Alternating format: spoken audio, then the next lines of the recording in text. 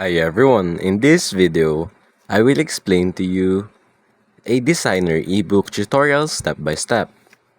First step is to sign up and access Designer. Create an account if you don't have one, and after creating an account, log in after registration. And then start a new project.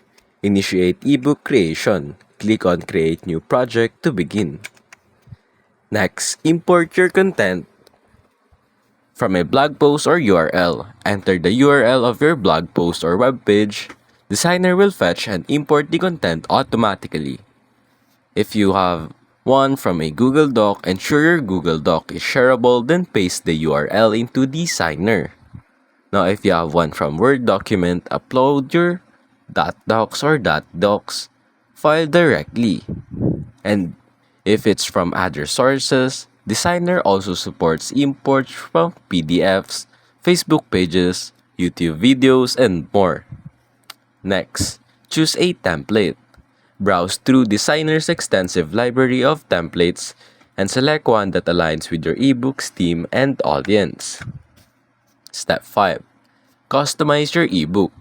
Modify text, adjust formatting, and ensure the content flows seamlessly.